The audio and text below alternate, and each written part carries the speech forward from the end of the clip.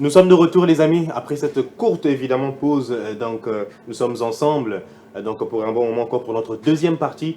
Évidemment je vais accueillir notre éminent et notre merveilleux maître avec qui nous étions évidemment jeudi dernier. On est vraiment dans cette série de questionnements autour de l'éducation, autour du système éducatif congolais. On va toucher un peu à tout cela, bien qu'il y a plusieurs thématiques, mais on est vraiment centré sur l'éducation congolaise. Je vais le laisser évidemment se présenter encore une fois. Bonjour papa, comment allez-vous? Bonjour, monsieur le journaliste, je vais bien. Je vais bien, comme ce fut le cas la fois passée. Magnifique. Alors, évidemment, votre petite présentation encore pour ceux qui viennent de nous suivre, ceux qui viennent de se brancher. Comment on vous appelle, où est-ce qu'on vous retrouve?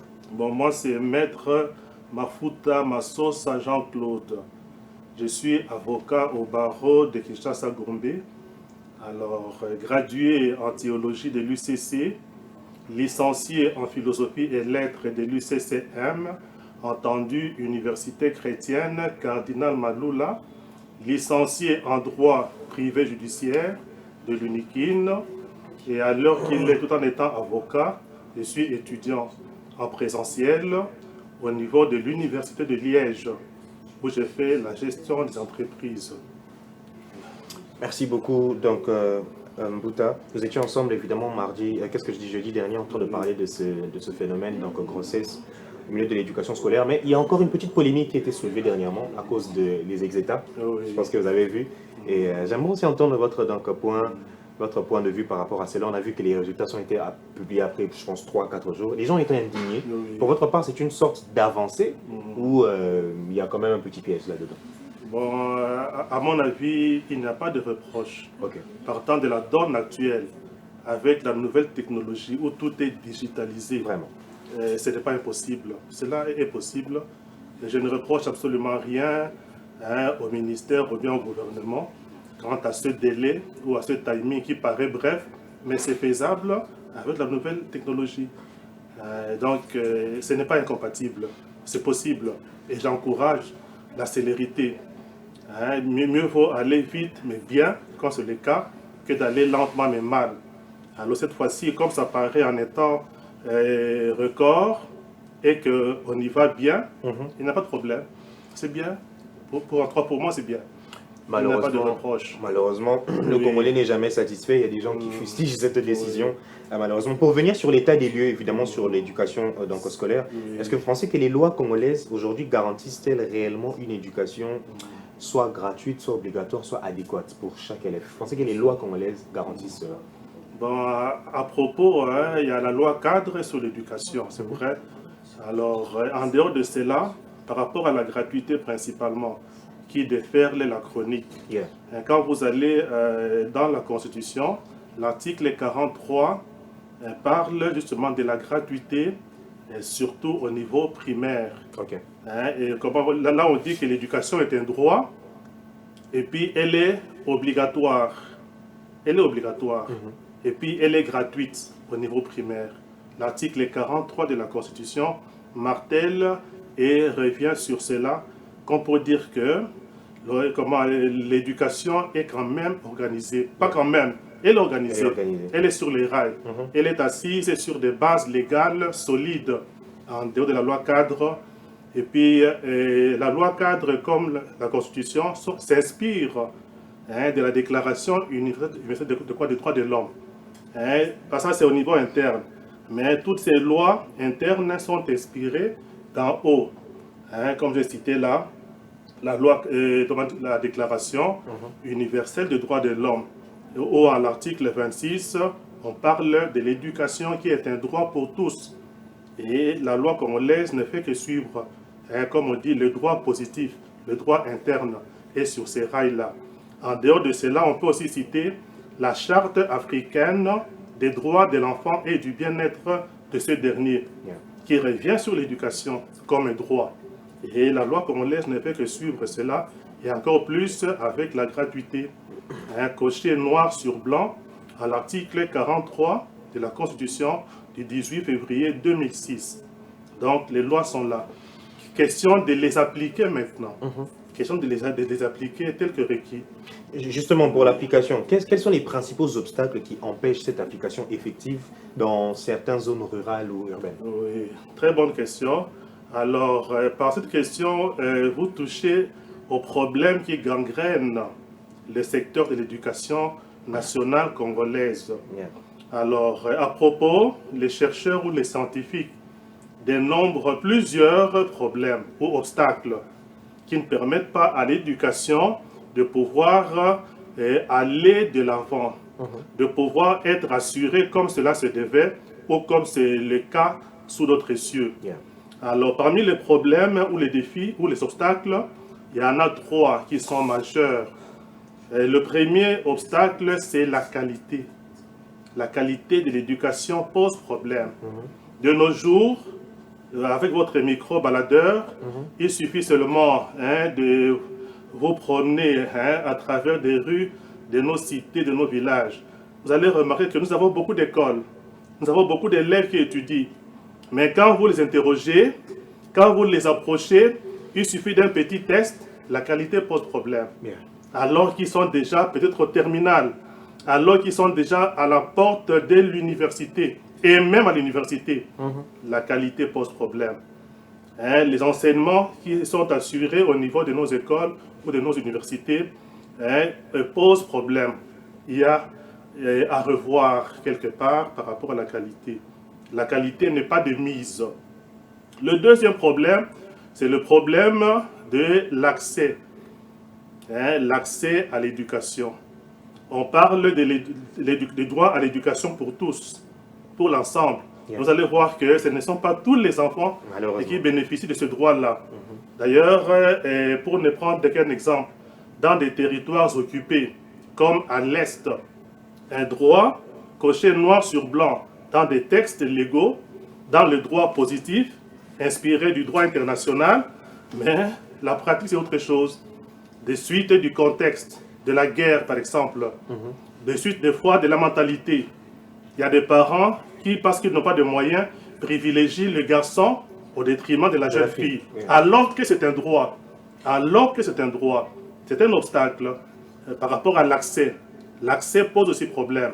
L'éducation est garantie à tous les enfants, comme je l'ai dit, par la Déclaration universelle des droits de l'homme, par la Charte africaine des droits et du bien-être de l'enfant, par la Constitution, par différentes conventions internationales et autres, mais l'accès pose problème quant à la pratique. Ce ne sont pas tous les enfants qui en bénéficient. Question de mentalité, question de contexte de guerre et bien d'autres paramètres. Le troisième obstacle, c'est la gouvernance. Nous avons des écoles, nous avons des universités, mais la gestion. Quand je parle de la gouvernance, donc je vois la direction scolaire ou bien académique, ceux qui gèrent, ceux qui gouvernent, ceux qui sont à la tête, il y a aussi des problèmes. Il arrive des fois où on nomme à la tête d'une école ou d'une institution scolaire ou académique quelqu'un qui n'est pas à la hauteur. Parce que la tête ne tourne pas bien, il y a des conséquences pour les autres. Ouais. Voyez un peu ça. Par exemple, le préfet des études ne saura pas bien suivre les enseignants. Parce que quelque part, il a des limites. Parce que quelque part, il n'est pas compétent. C'est un problème de gouvernance. Et quand vous allez en matière de finances, la gestion aussi, vous allez voir que plus d'une fois, les enseignants boudent tel dirigeant, tel préfet d'études, tel directeur d'école, parce que leur prime n'est pas assurée. Malheureusement. Parce qu'ils se comportent en dictateurs. Parce qu'ils pensent que l'école... les appartient. Voilà, c'est comme si c'était une propriété privée. Alors que c'est l'État qui en est le garant, c'est l'État ou le gouvernement qui en est le propriétaire. Mais il y en a qui en font leur boutique, entre guillemets. Donc, problème de qualité, problème d'accessibilité et problème de gouvernance sont là les 3 grands problèmes ou obstacles à l'heure qu'il est. Pour enchaîner, maître, Oui. vous avez parlé parfois de ceux qui s'accaparent de l'espace scolaire comme des dictateurs. Mais pour revenir un peu sur la démocratie scolaire, est-ce que vous pensez que les élèves aujourd'hui ont une voix dans les décisions qui concernent leur propre vie scolaire? Est-ce que les élèves devraient avoir cette voix-là pour décider par exemple, des activités, des cours, des disciplines? Est-ce que vous pensez que les élèves devraient aussi avoir une voix? Merci beaucoup. Très bonne question et elle est actuelle, monsieur le journaliste. On parle de la démocratie scolaire. Et quand vous allez aussi voir le programme du cours d'éducation civique et morale, il y a des chapitres qui reviennent sur la démocratie à l'école. Ok. Il est recommandé, il est conseillé à ce que nos élèves apprennent la démocratie dès le bas âge, pendant qu'ils sont encore en deçà, pendant qu'ils ne sont pas encore très avancés, et qu'on leur apprenne déjà le sens de la démocratie. Parce que la démocratie, c'est le meilleur régime qui soit. Pour que eux, à leur tour, quand ils seront aussi responsables, qu'ils pratiquent la démocratie. Qu'ils pratiquent la démocratie. Alors, mais au niveau des écoles, c'est un droit pour eux que de l'apprendre. C'est aussi un droit pour eux que de se faire entendre au niveau des organes de l'école. Effectivement, actuellement, il y a une avancée à propos. Dans nos écoles, on parle du gouvernement scolaire. Vous allez voir qu'à la rentrée, à chaque rentrée, il y a des élections qui sont organisées. Et vous allez voir que les élèves sont aussi appelés à voter leurs représentants au niveau de l'école pour que ceux-là puissent porter leur voix au niveau de la hiérarchie qui est tellement haut placée et qui peut aussi ignorer certains problèmes qui se posent à la base au niveau des élèves. Donc, c'est un droit pour eux que de porter leur voix au niveau le plus haut qui soit, partant de leurs représentants qui sont votés par leurs pairs, donc par eux. Donc, ils ont ce droit-là. Il y a ce qu'on appelle le gouvernement scolaire, et ce sont des élèves qui sont là. Vous allez voir qu'ils vont élire un président, ils vont élire des conseillers, et vraiment toute une équipe d'élèves. Ce qui n'était pas le cas à l'époque. Ce qui n'était pas à l'époque où tout devrait venir d'en haut. Ah ouais, à l'époque, il n'y en avait pas? Voilà. Mais actuellement, malheureusement, ce ne sont pas toutes les écoles. On peut bien avoir une équipe d'élèves, on peut bien avoir un gouvernement scolaire, mais l'application, il arrive que c'est dans certaines écoles qui ne soient pas entendues comme cela se devrait. Or, la démocratie, c'est le dialogue. Or, la démocratie, c'est l'écoute de l'autre. C'est le marcher ensemble, pratiquement. Comme on dit en latin, c'est le Vox Populi, la voix du peuple qui est la voix de Dieu. Vox Populi, Vox Dei. Donc, la loi est claire, la loi cadre est claire. Il faut que les élèves participent au gouvernement scolaire par leurs représentants. Donc, c'est pour dire que de toutes les sortes de démocratie, c'est la démocratie représentative. Donc, les élèves ont droit d'avoir des représentants qui sachent dialoguer avec les autorités pour le bien des uns et des autres.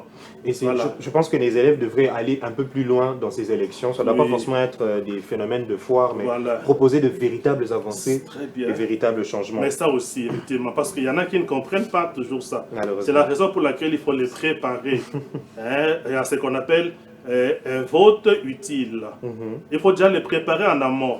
Voter, c'est bien, mais comment ils votent? Très bonne question. Elle est pertinente, votre observation.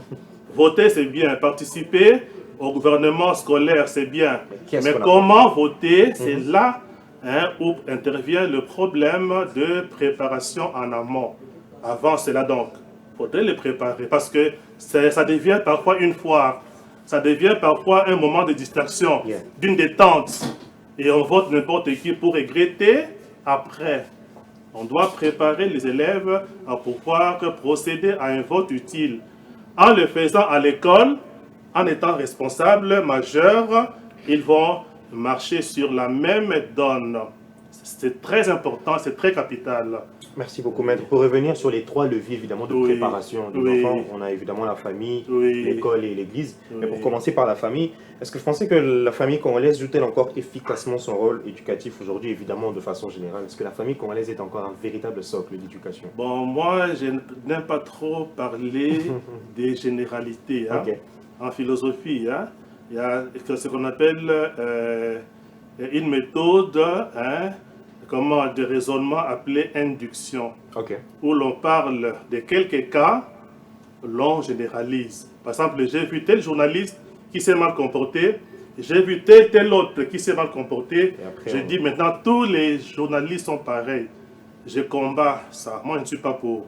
Okay. Alors que c'est une méthode connue, bien connue en philosophie. Il y en a même des auteurs qui sont pour. Alors, donc, c'est pour revenir à votre question, je dirais que on ne peut pas généraliser le fait que toutes les familles ou bien ne sont pas à la hauteur de l'éducation comme partenaires des autres. Oui, il y a des parents qui sont effectivement, comment dirais-je, dotés d'une bonne volonté pour pouvoir encadrer, assurer dès la base, donc dès l'école domestique, la famille, comme on l'a dit autrefois, assurer aux leurs une éducation qui soit vraiment de qualité. Tout comme il y en a aussi qui sont démissionnaires. Tout comme il y en a aussi qui sont démissionnaires. Si vous faites la ronde de nos établissements scolaires, vous allez voir que, d'ailleurs, ils sont même plus nombreux, surtout dans le contexte congolais, où on parle trop de pauvreté, où les parents ne savent pas qu'est-ce que les enfants mettront sous la dent et la journée. Alors il est pris dans la débrouillardise. Il abandonne pratiquement l'enfant à l'école, à son professeur. Alors il n'a pas le temps d'assurer le suivi. Au Congo, c'est un problème réel. Je ne parlerai pas de la généralisation, mais c'est un problème sur lequel on devrait se pencher. Il y a un problème. Comme pour dire qu'il y en a qui sont à la hauteur de leur tâche, tout comme il y en a qui ne le sont pas. Et ceux qui ne le sont pas sont nombreux. Ils sont majoritaires. Le gouvernement et les autres partenaires devraient s'y pencher. Interpeller les parents comme étant les premiers éducateurs. Vous voyez, maintenant, ce sont les vacances, non? Oui. Chez nous au Congo. Il y a des parents qui s'ennuient parce que les élèves sont là et les enfants sont là. Ils se disent, non, ils commencent, des maux de tête, trop de problèmes. Ils doivent aller à l'école. Voilà, c'est mieux qu'ils aillent à l'école. Quand la rentrée scolaire a lieu, pour eux, c'est un débarras. Il suffit qu'ils aient payé le Minerval et tout le reste. Non, ils sont quittes. Il n'y a plus aucun suivi. Il n'y a plus aucun dialogue avec l'école. Alors qu'il fallait qu'il y ait ce va-et-vient. Cette réciprocité entre école et parents. Et même avec d'autres partenaires comme l'Église, les ONG et tout. Évidemment, on va aussi terminer par là. Il nous reste 5 minutes. On va terminer par l'Église. Justement, vous pensez qu'aujourd'hui, on voit un peu l'Église qui est marginalisée, pensant comme c'est une habitude d'abrutissement et les gens se réunissent beaucoup trop. On ne voit plus l'importance de l'Église dans l'éducation. Donc, mais quelle est votre perception? Parce que vous pensez que l'Église, aussi comme la famille, fait toujours partie de ces socles-là d'éducation où on a un peu perdu les pieds? Très bien, très bonne question. Encore une fois, on ne peut pas généraliser. Il y a des églises qui s'adonnent, par exemple, à la prière en longueur de journée. Vous allez voir qu'elles demandent à leurs fidèles d'être là pratiquement toute la journée. Et c'est comme s'il n'y avait que la prière dans la vie. C'est comme s'il n'y avait que la prière. Malheureusement. Pendant que la maman ou le papa passe tout son temps à l'église. Mais qui vont encadrer ou bien qui vont encadrer les enfants. C'est aussi une des raisons. Et ce qu'on appelle en philosophie, il y a Karl Marx, un grand auteur, qui parlait de la religion opium du peuple. Opium du peuple. C'est comme si on s'était enivré, c'est comme si on ne voyait plus que la prière dans la vie. C'est comme si dans la vie, il n'y avait que l'Église, ou bien qu'il n'y avait que Dieu. Dieu est content quand l'homme travaille. Dieu est content quand l'homme s'est fait éduquer, instruire. Mais que d'appeler cet homme-là qui devrait prier, c'est pas mauvais, mais aussi travailler et que vous l'appeliez seulement à rester à l'église. Non, c'est mauvais. C'est une déviation pour ces églises-là. Alors qu'il y a des églises qui savent équilibrer les choses. Qui savent équilibrer les choses. Et à propos, il y a des modèles. Par exemple, il y a des moines en Europe à l'époque du Moyen-Âge qui disaient, dans la vie, on ne doit pas faire que prier. Eux disaient, d'après leur horaire, au couvent, les moines, des prêtres qui vivent en solitaire. Et même l'Europe a imité cet exemple-là pour se développer. Dans leur calendrier, il y a ce qu'on appelle le 8-8-8. 8 heures de prière, 8 heures de travail, 8 heures de repos. 8 heures de repos. Comme pour dire que malgré le fait qu'ils sont prêtres, religieuses, ils n'ont pas que la prière. Et d'ailleurs, à propos, il y a une devise qu'on appelle ora et labora en latin. Travail et prière. Yeah. Dieu ne peut pas être content à ce que l'on ne fasse que prier et ne pas travailler. Il est plus heureux de voir que les hommes, ces créatures, prient et travaillent aussi. Ce qu'elles devraient comprendre nos églises. Malheureusement. Inculquer cette mentalité-là. Sinon, ça devient une religion opium du peuple. Une religion à l'aveuglette. À l'aveuglette. Doit être déjà dans le livre de la Genèse. Dieu place Adam et Ève dans le jardin d'Éden. Mais c'est pour perpétrer, c'est pour continuer, non? L'œuvre.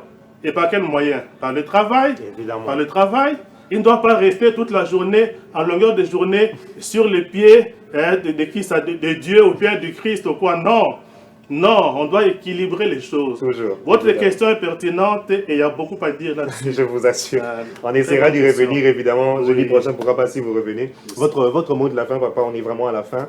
Un mot de la fin par rapport à tout ce qu'on a dit et on pourra terminer par là. Mon mot de la fin, c'est que l'éducation est au rendez-vous en RD Congo. Notre pays s'intéresse bel et bien à l'éducation. Yeah. La preuve, c'est que nous avons beaucoup d'écoles. La preuve, c'est que nous avons beaucoup d'enfants qui partent à l'école. Mais il y a des problèmes. Parmi les problèmes, nous en avons épinglé 3. Un problème de qualité, un problème de gouvernance et un problème d'accessibilité pour certains et surtout pour la jeune fille. Que le gouvernement et tous les partenaires éducatifs s'y penchent. Que la famille ne soit pas en reste. Qu'elle s'implique parce qu'il y va du bien de ses enfants à lui, cadre de demain dans le pays. Qui est synergie, qui est collaboration et à ce niveau.